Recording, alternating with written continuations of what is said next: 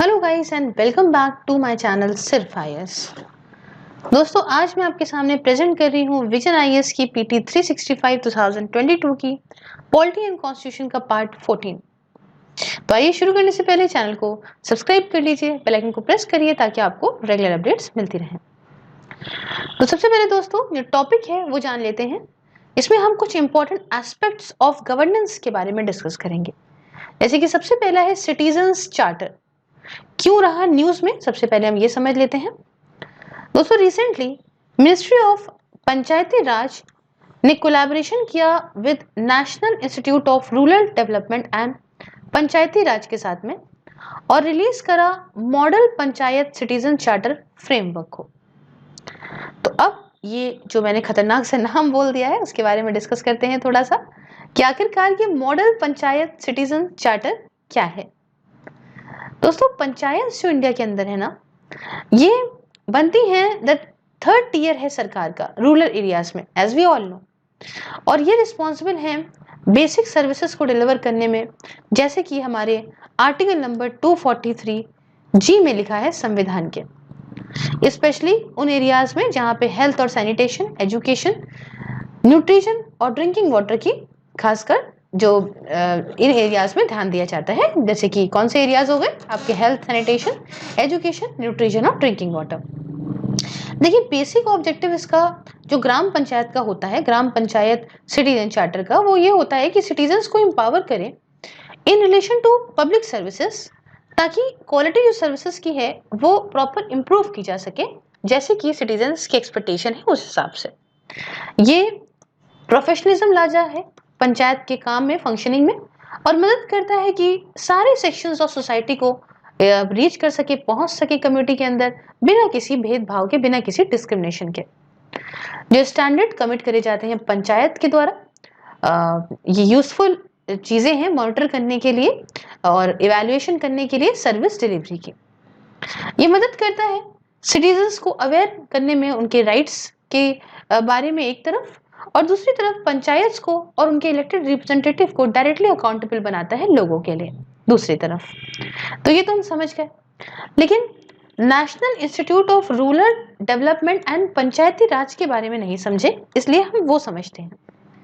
दोस्तों ये एक ऑटोनोमस ऑर्गेनाइजेशन है जो कि आता है under the ministry of rural development के तहत, और एक premier national centre of excellence in rural development and Panchayati Raj के तहत इसे ऑर्गेनाइज करा गया है internationally as one of the UN ESCAP. ESCAP का मतलब होता है economic and social commission for Asia and the Pacific centres of excellence के तौर पे। ये प्रॉपर स्टडी करता है फंक्शनिंग पे पंचायती राज इंस्टीट्यूशंस की एंड रूरल डेवलपमेंट प्रोग्राम्स की पूरी अक्रॉस द स्टेट्स।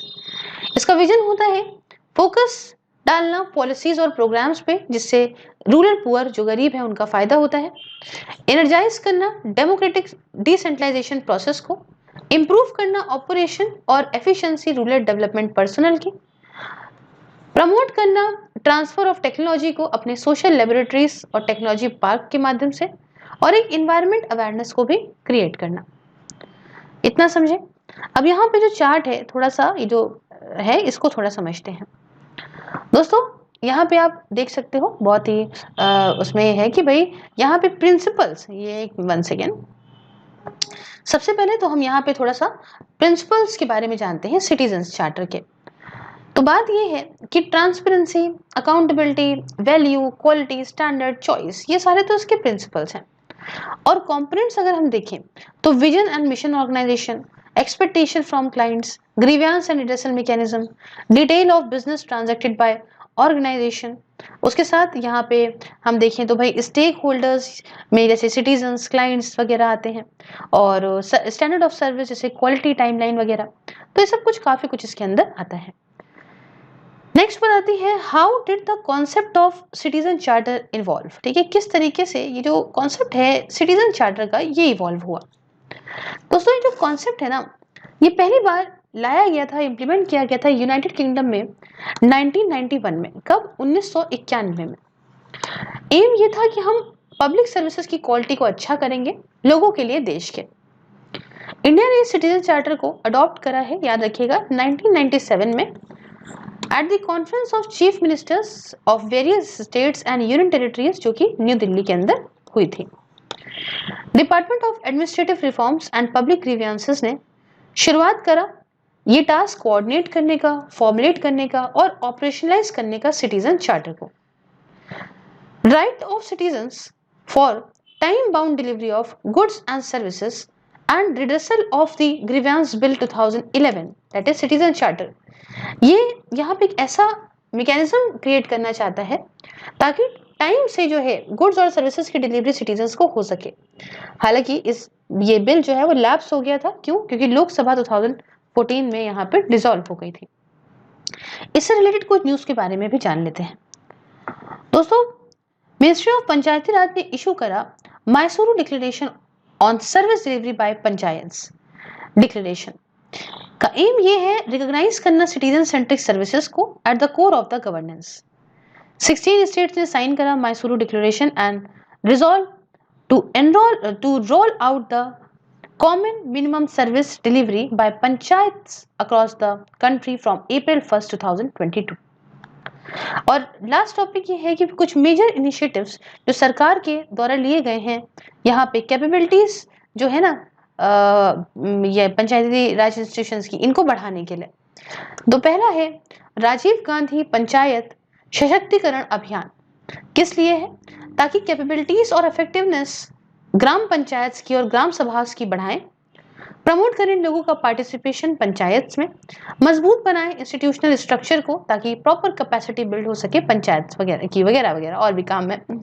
दूसरा, मॉडल सिटीजन्स चार्टर, ये डिटेल करता है अलग अलग कैटेगरी सर्विसेज की जो दी जाती है to the citizens by the panchayat, conditions ऐसी सर्विस की और टाइम लिमिट ऐसी सर्विस की, और इन सारे एक्शंस को अलाइन करना with localise sustainable development goals. तीसरा, सबकी योजना सबका विकास, ये एक एक्सटेंसिव और स्ट्रक्चर्ड एक्सरसाइज है for planning at Gram Sabha through convergence between Panchayat Raj institution, मतलब Panchayati Raj institutions and concern department of the state. फिर आता है मिशन अंत्योदय, ये सीख करता है to converge government interventions with Gram Panchayat, कैसे? By pooling human and financial resources. फिर आता है ई ग्राम स्वराज, ये एक वेब बेस्ड पोर्टल है जो यूनिफाई करता है प्लानिंग, अकाउंटिंग और मॉनिटरिंग फंक्शंस ग्राम पंचायत के। तो ये हमने और भी सारे इनिशिएटिव्स के बारे में डिस्कस कर लिया। बढ़ते हैं नेक्स्ट टॉपिक की तरफ, जो कि है ग्राम पंचायत डेवलपमेंट प्लान। हुआ क्या कि यूनियन गवर्नमेंट ने लॉन्च किया पीपल्स प्लान कैंपेन 2021 को, सबकी योजना सबका विकास एंड वाइब्रेंट ग्राम सभा डैशबोर्ड को, ताकि प्रॉपर प्रिपरेशन हो सके ग्राम पंचायत डेवलपमेंट प्लान की। तो अब हमारे लिए जरूरी हो जाता है कि हम जानें कि आखिरकार ये ग्राम पंचायत डेवलपमेंट प्लान क्या है और उसके साथ इसकी इंपॉर्टेंस क्या है। देखिए, आर्टिकल नंबर 243G जो हमारे संविधान का है वो मैंडेटरी बनाता है, जरूरी बनाता है ग्राम पंचायत के लिए कि आप एक प्रिपेयर और इम्प्लीमेंट करेंगी ऐसे प्लान्स को इकोनॉमिक डेवलपमेंट और सोशल जस्टिस के लिए। GPDP शॉर्ट फॉर्म है इसका, और ये 3 इंपॉर्टेंट चीजें करता है। जैसे कि पहला, ये एक विजन प्रोवाइड करता है कि of what the people would like their village to look like, लोग कैसा अपना गांव देखना चाहते हैं। दूसरा, ये गोल्स प्रॉपर यहाँ पे सेट आउट करता है ताकि जो विजन है इसे पूरा किया जा सके। तीसरा, एक एक्शन प्लान देता है उन गोल्स तक पहुंचने के लिए। तो ये तो उसके हो गए 3 essential things.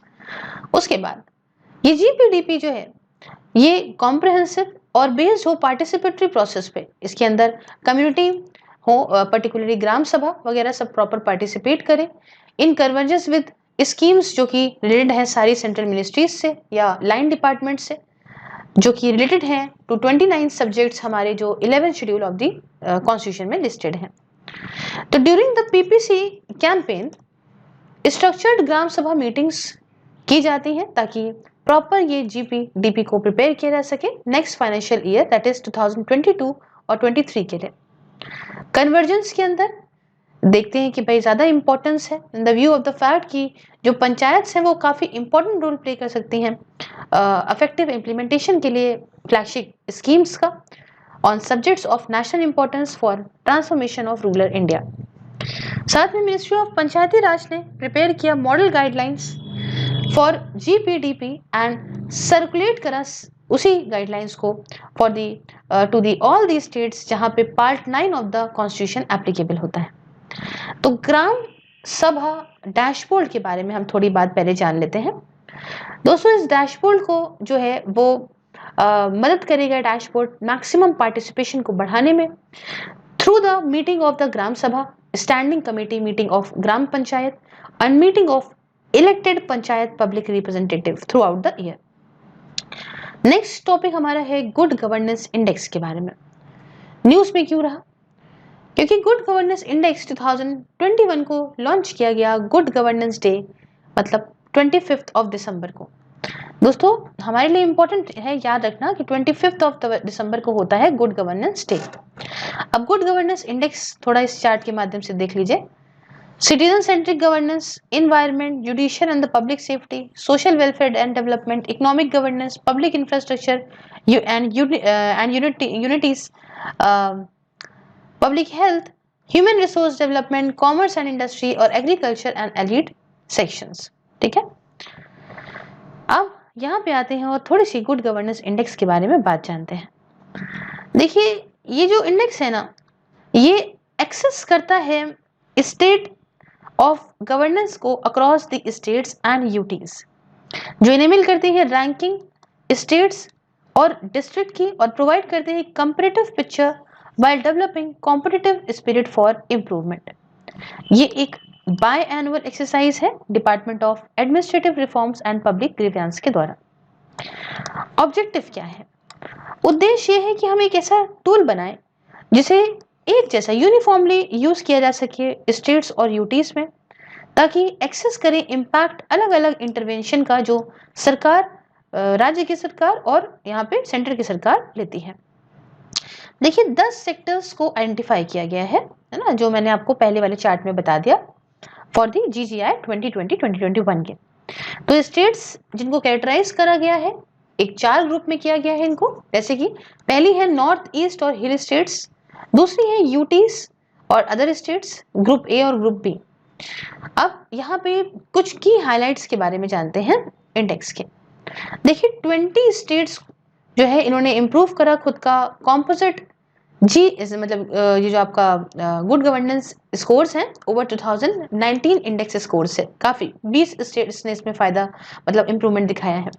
Group A states जो है उनमें गुजरात ने टॉप किया है कॉम्पोजिट रैंकिंग में, वाइल मध्य प्रदेश ने टॉप किया है ग्रुप बी स्टेट्स में। दिल्ली ने यूनियन टेरिटरी में यहाँ पे टॉप किया है और नॉर्थ ईस्ट और हिल कैटेगरी में हिमाचल प्रदेश ने टॉप किया है रैंकिंग को। अच्छा डू यू रिमेंबर भी थोड़ा देख लेते हैं।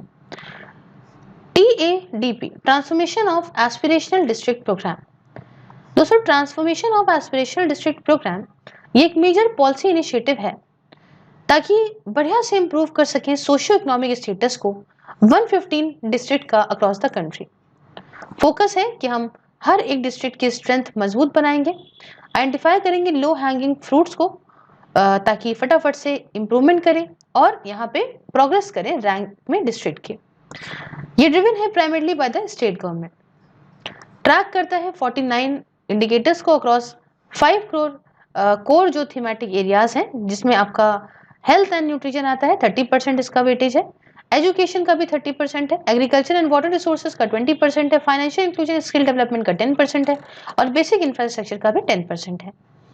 3 कोर प्रिंसिपल जो प्रोग्राम के हैं उसमें एक आता है कन्वर्जेंस सेंट्रल और स्टेट स्कीम का, फिर आता है collaboration among citizens and functioning of central and state government, इसमें आपका डिस्ट्रिक्ट टीम्स आती हैं, और आता है कॉम्पिटिशन अमंग डिस्ट्रिक्ट्स। अब इससे रिलेटेड भी कुछ न्यूज जान लेते हैं दोस्तों। District good governance index department of administrative reforms and public grievance ने पार्टनरशिप करी जम्मू एंड कश्मीर एडमिनिस्ट्रेशन के साथ में और लॉन्च करा डिस्ट्रिक्ट गुड गवर्नेंस इंडेक्स को 20 डिस्ट्रिक्ट में जम्मू एंड कश्मीर की। जम्मू एंड कश्मीर में अगर हम बताएं तो जम्मू डिस्ट्रिक्ट ने टॉप किया लिस्ट को, उसके बाद दोदा, संभा, पुलवामा और श्रीनगर आते हैं। साथ में डिस्ट्रिक्ट गुड गवर्नेंस इंडेक्स मदद करेगा ये पता लगाने में कि इम्पैक्ट क्या है गवर्नेंस इंटरवेंशंस का डिस्ट्रिक्ट लेवल पे, और यहाँ पे फ्यूचरिस्टिक रोड मैप यहाँ पे प्रोवाइड करेगा ताकि डिस्ट्रिक्ट लेवल गवर्नेंस को और अच्छा इंप्रूव कर सके विद टारगेटेड इंटरवेंशंस। ये प्रोवाइड करता है रोड मैप सिमिलर बेंचमार्किंग का गवर्नेंस की डिस्ट्रिक्ट लेवल पे सारी स्टेट्स और यूटीज में। नेक्स्ट टॉपिक आता है मिशन कर्म योगी का। दोस्तों, as a part of mission centre यहाँ पे प्राइवेट कंसल्टेंट को हायर करेगी ताकि बढ़ा सके, रिवैम्प कर सके कॉम्पिटेंसी ब्यूरोक्रेसी की। आइए कुछ बातें यहाँ पे और जानते हैं। दोस्तों, जो हायर्ड कंसल्टेंट हैं, जस्ट अ सेकेंड, आगे नहीं बढ़ना चाहिए। देखिए, जो ये हायर करेगी ना कंसल्टेंट को, ये डिजाइन और डेवलप करेंगे FRAC को, that is framework of rules activities and competencies को सेंट्रल गवर्नमेंट के लिए। मेन फोकस होगा इनका मोल्ड करने का fit for future civil service जो डिलीवर कर सके लार्जर सोशल और इकोनॉमिक मैंडेट को। FRAC framework for rules activities and competencies, ये मैप करेगा रूल्स और activities corresponding to every government position with their desires competencies across behavioral attributes, functional skills और domain knowledge। अब बात करते हैं हम थोड़ी बातें, पहले डू यू रिमेंबर देख लें, फिर हम समझेंगे मिशन कर्म योगी के बारे में। तो आइए यहाँ देखते हैं। अ number of committees and commissions को सेटअप किया गया रिकमेंडेशंस देने के लिए अलग अलग एस्पेक्ट्स पे सिविल सर्विसेज की। जैसे पहली थी संथानम कमेटी 1962 की, रिकमेंडेशन दी गई to fight the menace of corruption and increase accountability. दूसरा है civil service examination review committee 2001, जिसे चेयर करा गया बाय प्रोफेसर योगिंदर के अलग, favoured testing the candidates in a common subjects rather than optional subject. उसके बाद सुरेंद्र नाथ कमेटी 2003 की, सजेस्ट करती domain expertise 3 out of 11 domains में। फिर आती है योगिंदर कमेटी 2003 की, ये रिकमेंड करती है need for 3 mid career training programme. फिर आती है होता कमेटी 2004 की, ये रिकमेंड करती है इंट्रोडक्शन एप्टीट्यूड और लीडरशिप टेस्ट का for selection use of information and communication technologies to transform government. और फिर है बासवन कमेटी 2016 की, ये रिकमेंड करती है मीनिंगफुल असेसमेंट करी जाए about requirement of IAS officers every year. अब हम यहाँ पे मिशन कर्मयोगी के बारे में बातों को जानते हैं। दोस्तों, मिशन कर्मयोगी एक नेशनल प्रोग्राम है सिविल सर्विसेज कैपेसिटी बिल्डिंग के लिए। एम ये है कि हम कैपेसिटी बिल्ड करें in bureaucracy through institutional and process reforms के माध्यम से। कैपेसिटी बिल्डिंग प्रोग्राम डिलीवर किया जाता है through integrated government online training और IGOT कर्मयोगी डिजिटल प्लेटफॉर्म के माध्यम से। कंटेंट लिया जाता है फ्रॉम ग्लोबल बेस्ट प्रैक्टिसेस जो कि इंडियन नेशनल इथोस से उसकी जड़ें हों। ये एक पोर्टल है मिनिस्ट्री ऑफ एजुकेशन के दीक्षा प्लेटफॉर्म का for the purpose of capacity building. बाकी चीजें आप यहाँ चार्ट में देख सकते हो। Mission Karmayogi, EHRMs policy framework, monitoring and evaluation, IGOT Karmayogi, competency framework और institutional structure. Strategic HR management कैसे होगा ये देख लीजिए, होगा विद EHRMs। पॉलिसी फ्रेमवर्क में देखिए पॉलिसी इंटरवेंशंस होंगे ताकि पॉजिटिव मोमेंटम बना सकें अराउंड द प्रोग्राम जो कि फॉर्मुलेट करे जाते हैं न्यू और इवॉल्व एग्जिस्टिंग पॉलिसीज के लिए।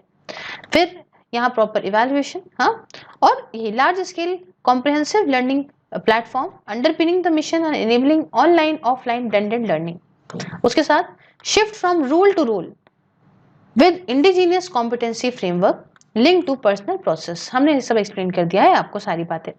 और क्रेडिबल और ऑटोनोमस इंस्टीट्यूशन फ्रेमवर्क ताकि एक शेयर्ड अंडरस्टैंडिंग हो दो फंक्शन स्ट्रक्चर्स और दो इंस्टीट्यूशंस के बीच में।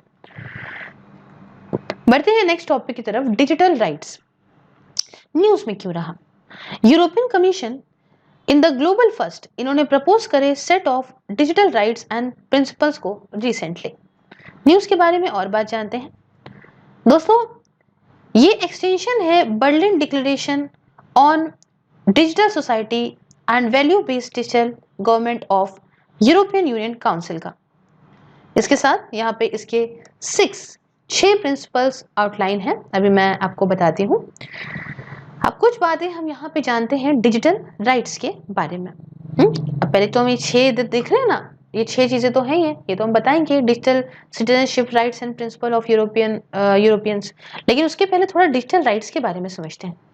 देखिए डिजिटल राइट्स ये क्लोजली लिंक्ड है freedom of expression and privacy से, आर दोस्त जो अलाउ करते हैं लोगों को एक्सेस, यूज और क्रिएट और पब्लिश करने के लिए डिजिटल मीडिया को, as well as access and use computers का, कुछ दूसरे इलेक्ट्रॉनिक डिवाइसेस का और कम्युनिकेशन नेटवर्क्स का। डिजिटल राइट्स ये मेरली एक एक्सटेंशन है राइट्स का जिन्हें सेट आउट करा गया है in the universal declaration of human rights by United Nations as applied to the online world. कि एक ब्रॉड टर्म है जो राइट टू प्रिवेसी को इम्प्लाई करता है, right to privacy and data protection को। इसे आप रिलेट कर सकते हो टू ट्रोलिंग, ऑनलाइन थ्रेड्स और हेट स्पीच से। ये एड्रेस करता है broader issues equitable internet access का, regardless of economic background and disabilities, कि सबको इंटरनेट मिले चाहे वो किसी भी बैकग्राउंड का हो, कोई प्रॉब्लम हो, कुछ हो। अब यहाँ पे देख सकते हैं आप, ये चार्ट बहुत इंपॉर्टेंट है, ऐसे गौर से समझिएगा। Digital citizenship rights and principles of Europeans. 26 जनवरी 2022 को एक कमीशन ने प्रपोज करा inter institutional solemn declaration on digital rights and principles for the digital decade. पहला, पीपल एट द सेंटर। तो डिजिटल टेक्नोलॉजीज प्रोटेक्ट करें लोगों के राइट्स को, सपोर्ट करें डेमोक्रेसी को और इंश्योर कराएं कि सारे डिजिटल प्लेयर्स यहाँ पे रिस्पॉन्सिबली एक्ट करते हैं, सेफली एक्ट करते हैं। यूरोपियन यूनियन प्रमोट करता है इन सारी वैल्यूज को across the world. Freedom of choice, लोग जो हैं वो बेनिफिट करें from a fair online environment, safe रहें इलीगल और हार्मफुल कंटेंट से और एम्पावर करें when they interact with new and the evolving technologies जैसे आर्टिफिशियल इंटेलिजेंस है। Safety and security, digital environment यहाँ पे सेफ हो और सिक्योर हो, साथ में सारे users from childhood to old age should be empowered and protected. उसके बाद solidarity and inclusion, technology unite करे, डिवाइड ना करे लोगों को। Everyone should have access to the internet, to digital skills, to digital public services and to fair working condition। Participation की बात करें तो सिटीजन्स यहाँ पे इंगेज कर पाए डेमोक्रेटिक प्रोसेस में सारे लेवल पे एंड कंट्रोल हो उनका खुद के डेटा पे। सस्टेनेबिलिटी की बात करें तो डिजिटल सर्विसेज यहाँ सपोर्ट करें सस्टेनेबल और ग्रीन ट्रांजिशन को।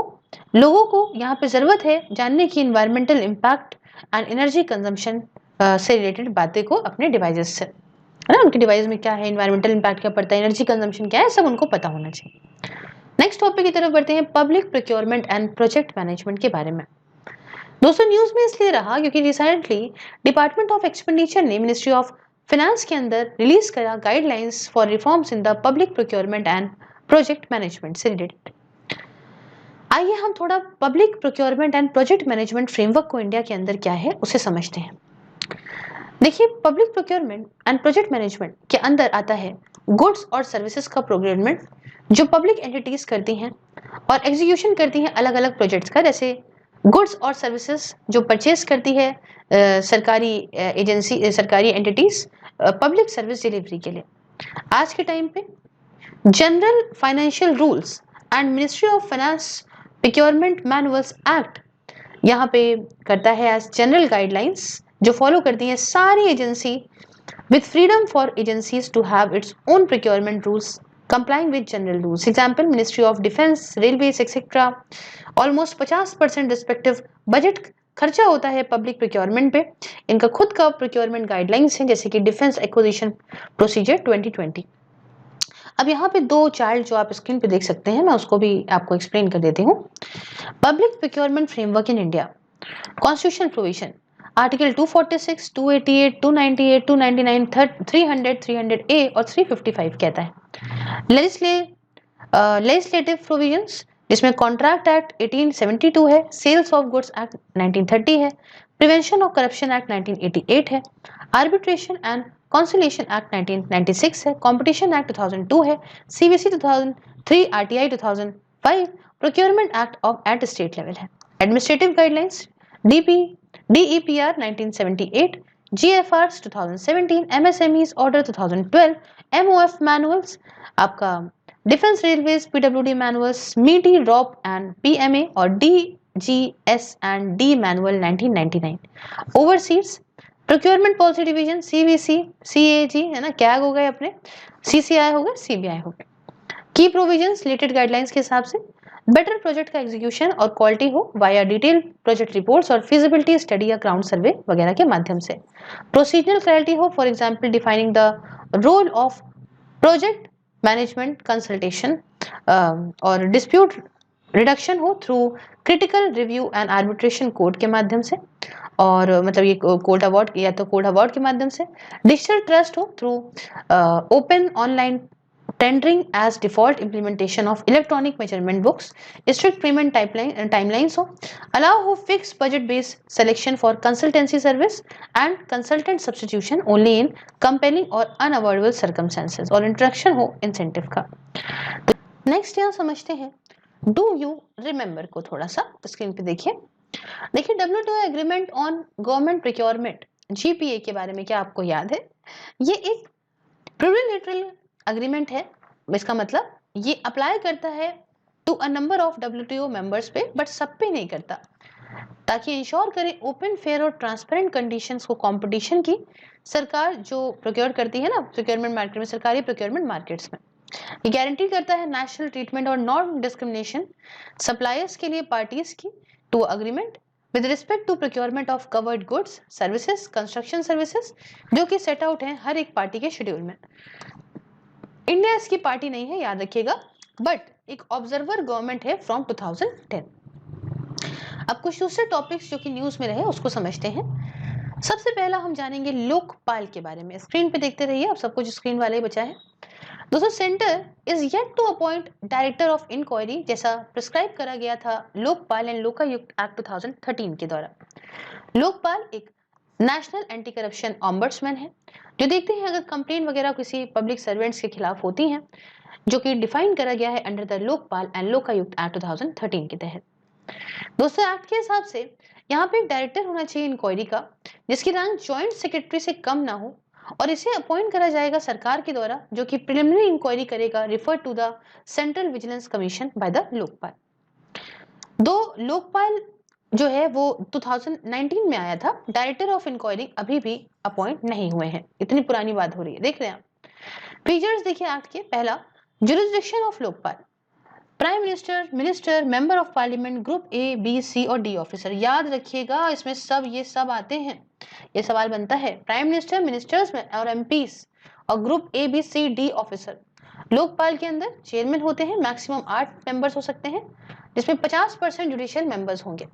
50% इसके members SC, ST, OBC, minorities और विमेन से आएंगे।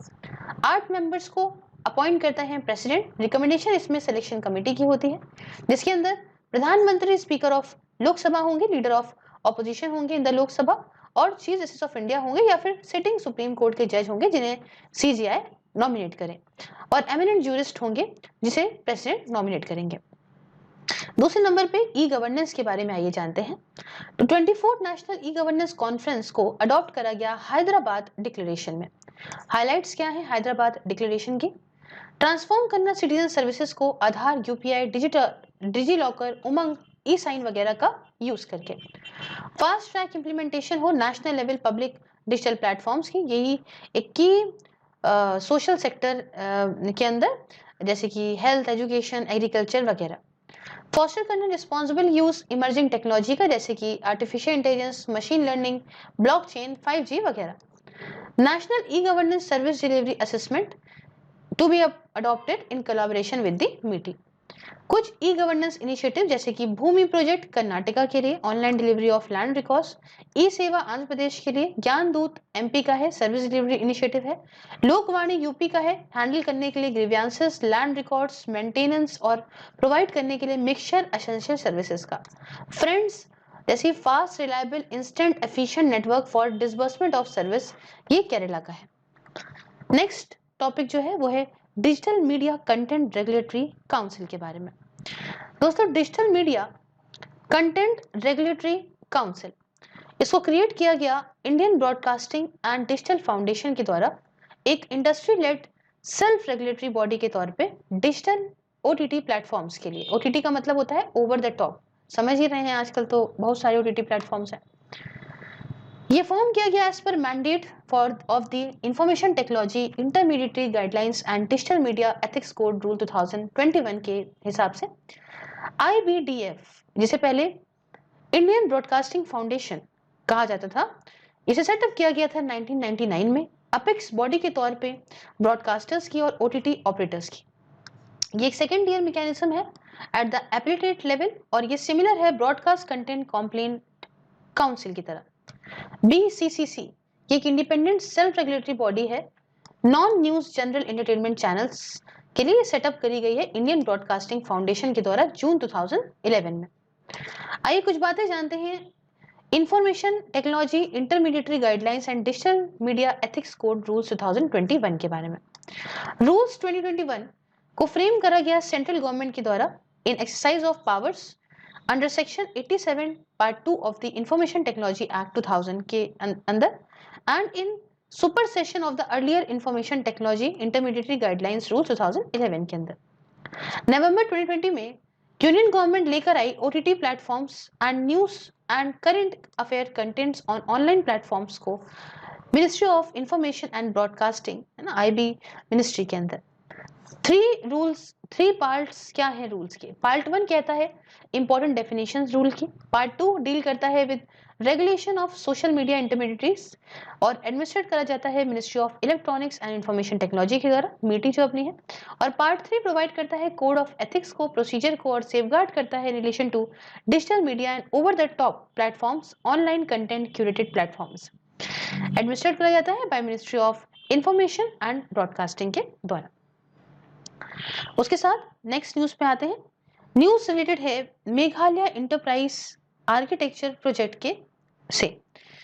दोस्तों यहाँ पे मेघालय इंटरप्राइज आर्किटेक्चर प्रोजेक्ट को लॉन्च किया गया रिसेंटली। एम ये था कि हम ट्रेडिशनल सर्विस डिलीवरी को ट्रांसफॉर्म करेंगे, है ना, ये प्रोसेस है इसको ट्रांसफॉर्म करेंगे डिजिटल सर्विस सिस्टम में। ये पूरे ही जो है स्प्रेड है अक्रॉस 6 पिलर्स, जिसमें governance, human resource, entrepreneurship, primary sector, infrastructure और एनवायरनमेंट आता है। मेघालय ऐसी पहली स्टेट है जो इंडिया एंटरप्राइज आर्किटेक्चर को यहाँ इंप्लीमेंट करेगी एज मेघिया, है ना, ये मतलब मेघालय एंटरप्राइज आर्किटेक्चर प्रोजेक्ट के माध्यम से। उसके बाद India by ministry of electronics and information technology, ये एक फ्रेमवर्क है जो इनेबल करेगा डेवलपमेंट और इम्प्लीमेंटेशन एंटरप्राइज आर्किटेक्चर्स का independently and in parallel by all government and other and their agencies across India conforming to the same models and standard. ये एक तरीका है ना, इट इज सॉरी ये अपने रास्ते मतलब ये बस एस्टैब्लिश करने वाला है unity in diversity in the domain of, मतलब ये मैंने थोड़ा सा गलत बोल दिया। ये एक तरीका है एस्टैब्लिश करने का unity in diversity in domain of e governance. Framework के अंदर कुछ 8 रेफरेंस मॉडल आते हैं, जैसे कि business application, data, technology, performance, security, integration and architecture governance. यहाँ देखिए इंडिया का विजन क्या है। विजन है one government principles. India reference model देखिए GOI ministries, states and UTs, PSUs, ऐसा कुछ रहेगा, है ना, टेक्नोलॉजी, ये सब आप देख सकते हैं। नेक्स्ट टॉपिक है माई गवर्नमेंट प्लेटफॉर्म का। दोस्तों my government platform for participatory governance launch हुआ 2014 में और कंप्लीट हुआ यहाँ पे 7 ईयर्स में। ये एक इनोवेटिव सिटीजन इंगेजमेंट प्लेटफॉर्म है जहाँ पे सरकार सिटीजन पार्टिसिपेशन को इंकरेज करती है गुड गवर्नेंस के लिए, उनके साथ इंगेज करके for policy formulation and opinion वगैरह लेके उनकी, है ना, पब्लिक इंटरेस्ट के इश्यूज पे और वेलफेयर के इश्यूज पे। माई गवर्नमेंट ये पार्ट है डिजिटल इंडिया कॉर्पोरेशन का। एक सेक्शन 8 है कंपनी का under the ministry of electronics and IT। तो ये हमने बात करी। नेक्स्ट हम बात करेंगे इंडिया इंटरनेट गवर्नेंस फोरम के बारे में।